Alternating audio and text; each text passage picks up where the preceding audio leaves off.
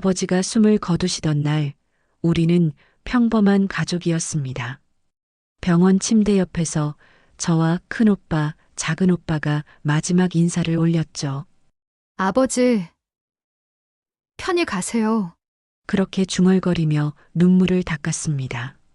30년 넘게 호라비로 사신 분이었으니 이제야 어머니 곁으로 가신다고 생각했어요. 장례식장은 조용했습니다. 아버지는 평생 성실한 공무원이셨지만 친구가 그리 많지 않으셨거든요. 동네 이웃들과 옛 직장 동료 몇 분이 와서 조문해 주셨을 뿐이었죠. 이제 집 정리를 어떻게 할까? 큰오빠가 말했습니다. 아버지 집은 내가 물려받고 나머지는 3등분하자. 우리는 고개를 끄덕였어요. 별다른 재산도 없을 거라 생각했으니까요. 그런데 사무제가 끝나고 며칠 뒤 법무사에게서 연락이 왔습니다. 유언장이 있다는 거였어요. 아버지가 유언장을 평생 그런 건 남들 이야기라고 하시던 분이 언제 쓰신 건지 모르지만 정식 절차를 밟아야 합니다. 법무사는 차분한 목소리로 설명했어요. 내일 오후 2시에 사무실로 오세요. 세 분 모두. 전화를 끊고 나니 궁금해졌습니다. 아버지가 무슨 말씀을 남기셨을까? 혹시 우리 몰래 재산을 모아두신 건 아닐까? 아니면 어떤 당부의 말씀이라도. 우리 삼남매는 각자 다른 추측을 했어요. 큰오빠는 집 관련 서류일 거라고 했고, 작은오빠는 아버지가 아껴두신 용돈이라도 있을 거라고 했죠. 저는 그냥 우리에게 하고 싶은 말씀이 있으실 거라고 생각했어요. 내일 가서 보면 알겠지. 큰오빠가 마무리했어요. 그때만 해도 우리는 몰랐죠. 그 유언장이 우리 가족의 평화로운 일상을 송두리째 바꿔놓을 줄은. 법무사 사무실에 들어서자마자 이상한 느낌이 들었습니다. 탁자 위에 놓인 서류가 생각보다 많았거든요. 이게 다 아버지 것입니까? 작은오빠가 물었죠. 법무사는 안경을 고쳤으며 고개를 끄덕였습니다. 네, 상당히 체계적으로 정리해 두셨네요. 법무사가 서류들을 훑어보며 말했어요. 먼저 유언장부터 읽어드리겠습니다. 봉인된 편지 봉투를 뜯는 소리가 사무실에 울렸어요. 우리는 숨죽이고 기다렸죠. 나의 사랑하는 자녀들아, 아버지가 평생 숨겨온 이야기가 있다. 너희 어머니가 돌아가시고 얼마 뒤 우연히 만난 한 사람이 있었다. 그녀와 나는 법무사의 목소리가 멈췄습니다. 우리 삼남매는 서로 얼굴을 바라봤죠. 계속 읽어주세요. 큰오빠가 재촉했어요. 정식으로 혼인신고를 했다. 하지만 너희들이 받을 충격을 생각해 숨겨왔다. 이제 내가 세상을 떠나니 진실을 말할 때가 온 것 같다. 이게 무슨... 작은오빠가 중얼거렸습니다. 법무사가 다른 서류를 꺼냈어요. 혼인신고서 사본입니다. 15년 전에 신고하셨네요. 종이 위에 적힌 아버지의 서명과 낯선 여자의 이름.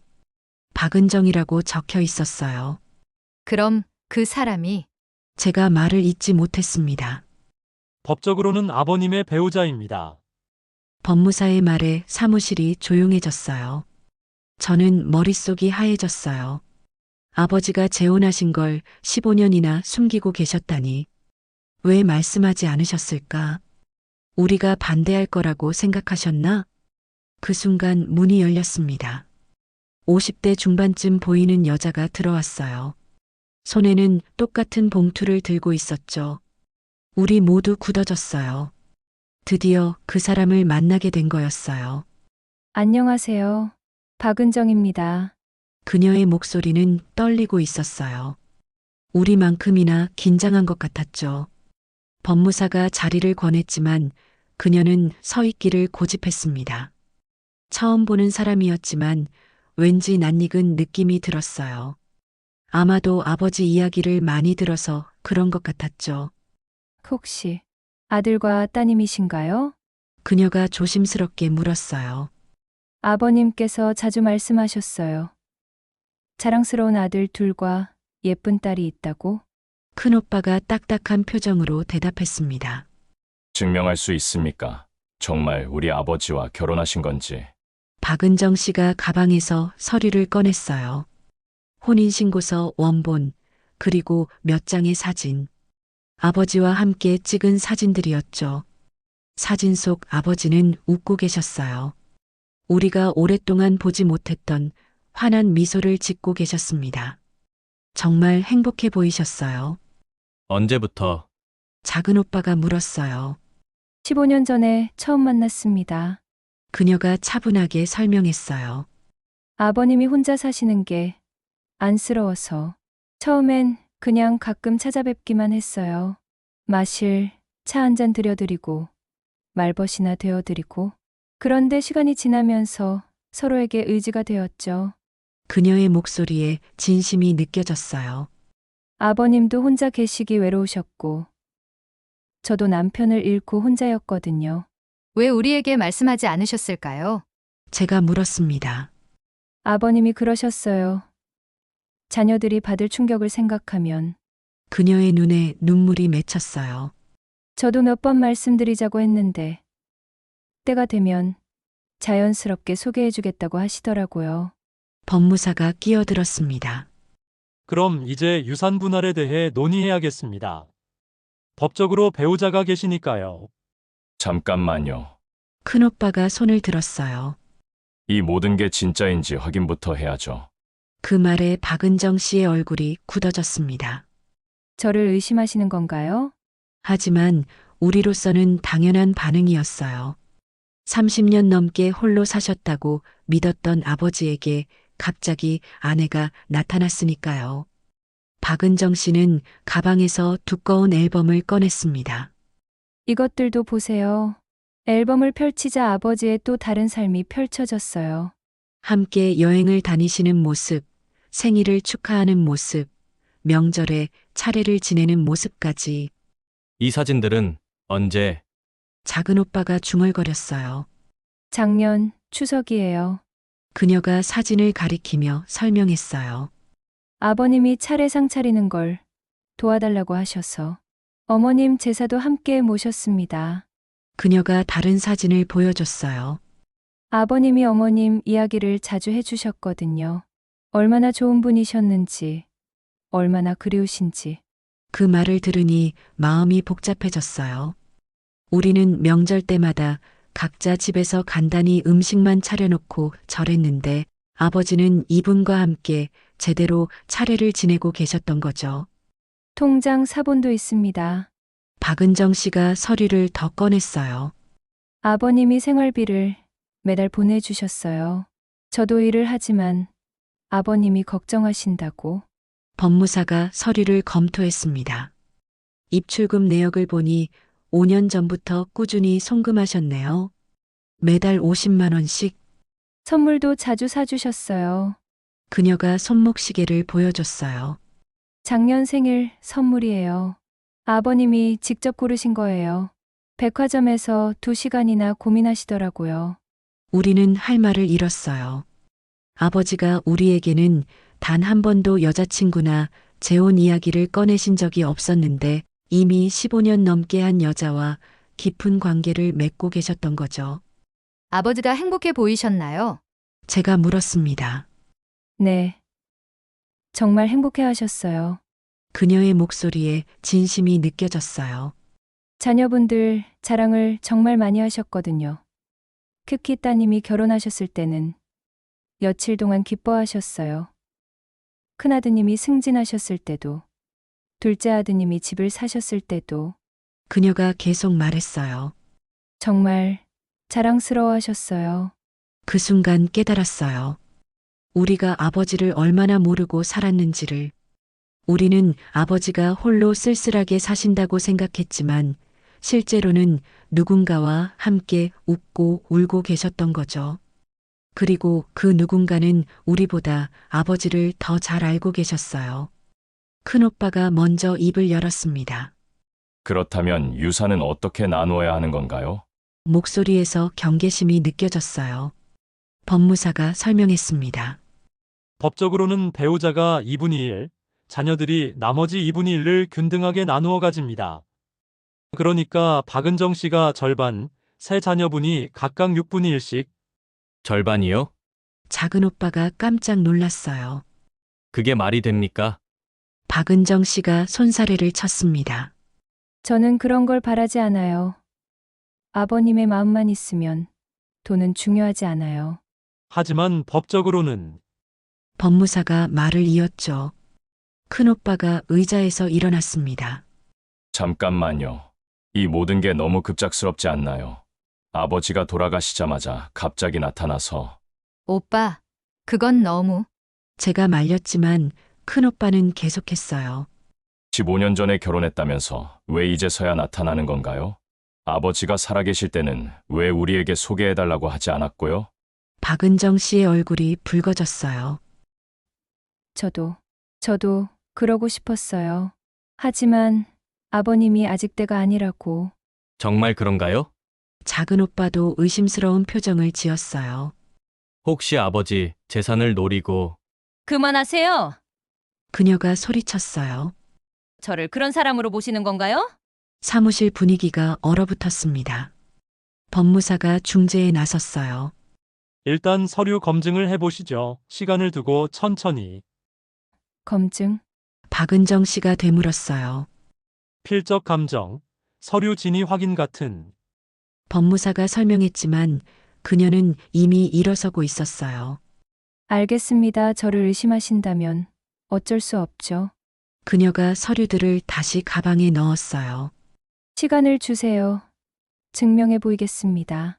그게 아니라 제가 말하려 했지만 그녀는 이미 문 쪽으로 향하고 있었어요. 아버님이 살아계셨다면 얼마나 마음 아파하셨을까요? 그녀가 마지막으로 말했어요. 사랑하는 자녀들이 이런 식으로 의심한다는 걸 아신다면 문을 나가는 그녀의 뒷모습을 보며 마음이 무거웠어요. 그날 밤 우리 삼남매가 큰오빠 집에 모였습니다. 내 말이 맞을지도 몰라. 작은 오빠가 맥주를 마시며 말했어요. 15년 동안 숨기고 살다가 아버지 돌아가시자마자 나타나는 게 이상하긴 해. 하지만 사진들은 진짜 같던데. 제가 반박했어요. 아버지 표정도 정말 행복해 보이셨고. 사진이야 얼마든지 조작할 수 있지. 큰오빠가 고개를 저었어요. 요즘엔 기술이 좋잖아. 설마 그럴까? 돈 앞에서는 사람이 변하는 거야. 큰오빠의 목소리가 딱딱했어요. 아버지 재산이 얼마나 되는지 알아봤나? 작은 오빠가 서류를 꺼냈어요. 부동산만 10억은 넘을 것 같아. 집값이 많이 올랐거든. 거기다 예금까지. 그럼 15억 정도 되겠네. 큰오빠가 계산했어요. 그 절반이면 7억 5천만 원이야. 적은 돈이 아니지. 저는 답답했어요. 그렇다고 무작정 의심만 할 수는 없잖아. 만약 진짜라면? 그래서 확인해 보자는 거야. 큰오빠가 결심한 듯 말했어요. 사립탐정이라도 고용해서 제대로 조사해 보자. 사립 탐정까지? 제가 놀랐어요. 아버지 명예를 위해서라도 정확히 알아야 해. 작은 오빠가 동의했어요. 만약 가짜라면 아버지가 얼마나 억울하시겠어. 그렇게 우리는 박은정 씨를 조사하기로 결정했습니다. 형제들 사이에서도 의견이 갈리기 시작했어요. 큰 오빠와 작은 오빠는 점점 더 의심스럽다는 쪽이었고, 저는 왠지 박은정 씨가 진실을 말하고 있는 것 같았거든요. 너는 너무 순진해. 큰 오빠가 한숨을 쉬었어요. 세상에는 나쁜 사람들이 많다고. 하지만 아버지 표정이 정말 행복해 보이셨잖아요. 제가 고집했어요. 그런 것도 연기할 수 있는 거야. 작은 오빠가 말했어요. 15년이면 충분히 연기할 시간이지. 저는 마음이 무거웠어요. 가족끼리 이렇게 의견이 갈리는 게 처음이었거든요. 며칠 뒤 사립탐정의 보고서가 나왔어요. 박은정, 54세 남편과 사별 후 혼자 살고 있음. 특별한 정과나 금전 문제 없음. 아르바이트로 생계 유지. 그럼 정말 제가 중얼거렸죠. 아직 섣불리 결론 내리지 말자. 큰 오빠가 말했어요. 서류가 진짜인지는 별도로 확인해 봐야 해. 하지만 의심의 씨앗은 이미 우리 사이에 뿌려졌어요. 오빠들 사이에도, 그리고 저와 오빠들 사이에도 미묘한 균열이 생기기 시작했습니다. 평생 화목했던 우리 가족에게 처음 생긴 갈등이었어요. 탐정의 추가 조사 결과도 나왔어요. 박은정 씨가 살고 있는 집은 월세 원룸입니다. 경제적으로 여유가 없어 보이고 주변 이웃들 증언으로는 매우 성실하고 조용한 사람이라고 합니다. 그럼 정말 돈 때문이 아닐 수도. 제가 말했지만 오빠들은 여전히 의심스럽다는 표정이었어요. 2주 뒤 법무사에게서 충격적인 연락이 왔습니다. 필적 감정 결과가 나왔습니다. 법무사의 목소리가 무겁게 들렸어요. 혼인신고서의 서명이 위조된 것으로 보입니다. 뭐라고요? 큰오빠가 소리쳤어요. 아버님의 다른 서류들과 비교해 본 결과 필적이 일치하지 않습니다. 전문가가 봐도 명백한 위조라고 하네요. 우리는 박은정 씨를 다시 불렀습니다. 이번엔 분위기가 완전히 달랐어요. 설명해 보세요. 큰오빠가 차갑게 말했어요. 필적 감정 결과를 봤습니다. 박은정 씨의 얼굴이 하얗게 질렸어요. 그게 무슨, 아버지 서명을 위조하신 거죠? 작은 오빠가 추궁했어요. 아니에요. 정말 아니에요. 그녀가 울기 시작했어요. 아버님이 직접 해주신 거예요. 그럼 왜 필적이 다른가요? 아버님이 그때 많이 아프셨어요. 그녀가 떨리는 목소리로 말했어요. 손목이 아프다고 하시면서. 그래서 제가 뭘 했다는 거예요? 대신 써드렸어요. 그녀가 고백했어요. 아버님이 제 손을 잡고 함께 쓰자고 하셔서. 거짓말이죠. 큰오빠가 화를 냈어요. 그런 식으로 서명하는 게 어디 있어요? 정말이에요. 아버님이 원하신 거예요. 하지만 우리는 믿을 수 없었어요. 아무리 아파도 그런 중요한 서류에 다른 사람이 대신 서명할 리가 없잖아요. 결국 돈이 목적이었군요. 작은 오빠가 실망한 표정을 지었어요. 아니에요. 정말 사랑했어요. 그녀가 절규했어요. 하지만 이미 늦었어요.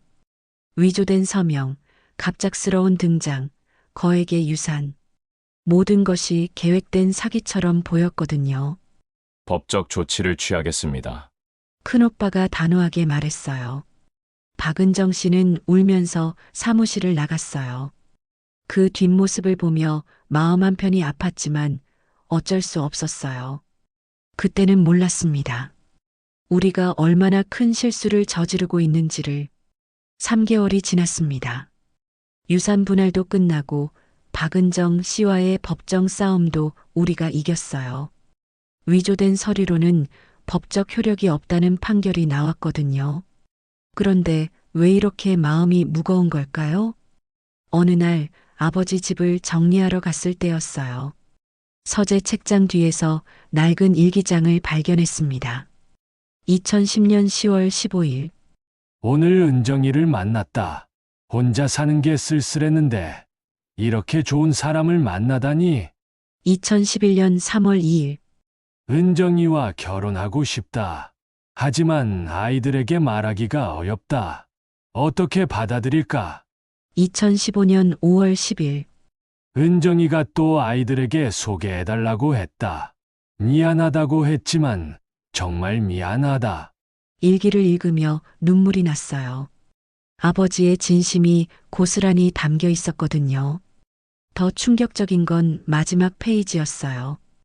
2023년 8월 30일. 손목 수술 후 글씨를 쓰기 어렵다. 은정이가 도와준다고 했다.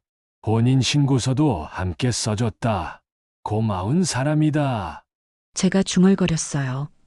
진짜였어요. 박은정 씨가 한 말이 모두 진실이었던 거예요. 아버지가 정말 손목이 아파서 함께 서명하신 거였어요. 급히 오빠들에게 연락했어요. 오빠들, 큰일이에요. 우리가 잘못 생각했어요. 하지만 이미 늦었어요. 박은정 씨는 법정에서의 충격으로 병원에 입원하셨다는 소식이 들려왔어요. 우리는 급히 병원으로 향했습니다. 하지만 면회를 거부당했어요. 죄송하지만 환자분이 만나고 싶지 않다고 하세요. 간호사가 미안해하며 말했어요. 복도에서 기다리며 후회했어요. 왜 진실을 확인하기 전에 의심부터 했을까? 왜 아버지를 믿지 못했을까? 일기장을 다시 읽어봤어요. 아버지가 얼마나 박은정 씨를 사랑하셨는지, 그리고 우리에게 소개하고 싶어 하셨는지가 고스란히 적혀 있었거든요. 아이들이 은정이를 좋아해 줄까? 걱정이다. 은정이가 만든 미역국이 정말 맛있다. 아이들에게도 해주고 싶다. 은정이와 함께하는 시간이 너무 행복하다. 우리는 정말 큰 잘못을 저질렀어요. 진실을 외면하고 사랑을 의심했던 거죠. 한 달 동안 매일 병원에 갔습니다. 박은정 씨는 계속 면회를 거부하셨어요. 당연한 일이었죠. 우리가 얼마나 상처를 드렸겠어요. 그러던 어느 날 간호사가 말했어요. 오늘은 만나보시겠다고 하세요. 병실 문을 열고 들어갔을 때 박은정 씨는 많이 야위어 있었어요. 우리를 보자 눈물을 글썽이셨죠. 죄송합니다. 우리 삼남매가 동시에 고개를 숙였어요. 아버지 일기장을 찾았어요. 모든 게 진실이었다는 걸 알았습니다. 그녀는 한참 말없이 우리를 바라보더니 조용히 말했어요. 아버님이 얼마나 여러분을 사랑하셨는지 아세요? 네. 돌아가시기 전날까지도 여러분 이야기만 하셨어요. 자랑스러운 자녀들이라고. 그녀의 눈에 눈물이 맺혔어요. 정말 죄송해요. 제가 울먹였어요. 저는 정말 아버님을 사랑했어요. 돈이 아니라 그분의 따뜻함을 사랑했어요. 알고 있어요. 이제 알아요? 그녀가 침대 옆 서랍에서 봉투를 꺼냈어요. 이건 아버님이 마지막에 써주신 편지예요. 여러분에게 전해달라고 하셨어요. 편지를 읽으며 우리는 모두 울었어요. 사랑하는 자녀들아, 아버지가 은정이를 정말 사랑한다. 그녀는 나의 외로움을 채워준 고마운 사람이다. 부디 가족으로 받아들여 달라. 그것이 아버지의 마지막 소원이다. 이제라도 늦지 않았어요. 큰오빠가 말했어요. 정말 죄송했습니다. 어머니라고 불러도 될까요? 박은정 씨가 울음을 터뜨렸어요. 고마워요. 정말 고마워요. 그날 우리는 진짜 가족이 되었습니다. 병실에서 나오며 큰오빠가 말했어요. 아버지가 보고 계실까? 분명히 보고 계실 거야. 작은오빠가 대답했어요. 이제야 안심하고 계시겠어. 지금은 2년이 지났습니다. 박은정 어머니와 우리는 정말 가족처럼 지내고 있어요. 명절에는 함께 모여 아버지와 친어머니 제사를 지내고 생일이면 서로 챙겨드려요. 처음에는 정말 무서웠어요. 어머니가 웃으며 말씀하세요. 갑자기 자녀 셋이 생긴다니. 저희가 더 감사해요. 작은오빠가 대답해요. 아버지 마지막 시간을 행복하게 해주셔서. 어머니는 우리 아이들에게도 할머니가 되어주셨어요. 아이들은 할머니라고 부르며 잘 따르고 있어요. 아버지 유산은 원래 법대로 나누었어요. 어머니가 절반, 우리가 나머지를 나눠 가졌죠. 하지만 어머니는 그 돈을 모두 아버지 이름으로 장학회에 기부하셨어요. 아버님이 좋아하실 거예요. 그렇게 말씀하시면서요. 가끔 생각해요. 만약 우리가 처음부터 어머니를 믿었다면 어땠을까? 아버지가 살아계실 때 가족이 될 수 있었을까? 하지만 후회하지 않아요. 늦었지만 진실을 깨달았고 진짜 가족이 되었으니까요. 작년에는 어머니와 함께 아버지가 좋아하셨던 제주도 여행을 다녀왔어요. 아버지 사진을 들고 함께 찍은 가족 사진이 우리 집 거실에 걸려 있어요. 아버님도 함께 계시는 것 같아요. 어머니가 그 사진을 보며 말씀하세요. 정말 그런 것 같아요. 아버지가 우리 모두를 지켜보고 계시는 것 같아요. 여러분도 그렇지 않나요? 가끔은 의심보다 믿음이 더 큰 용기일 때가 있어요. 사랑하는 사람을 의심하는 건 쉽지만 끝까지 믿고 기다리는 건 정말 어려운 일이죠. 하지만 그 믿음이 있어야 진정한 가족이 될 수 있는 것 같아요.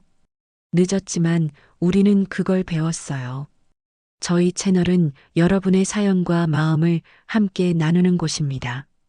끝까지 함께 해주셔서 진심으로 감사드리고 오늘 이야기가 마음에 남으셨다면 좋아요와 구독으로 응원 부탁드립니다.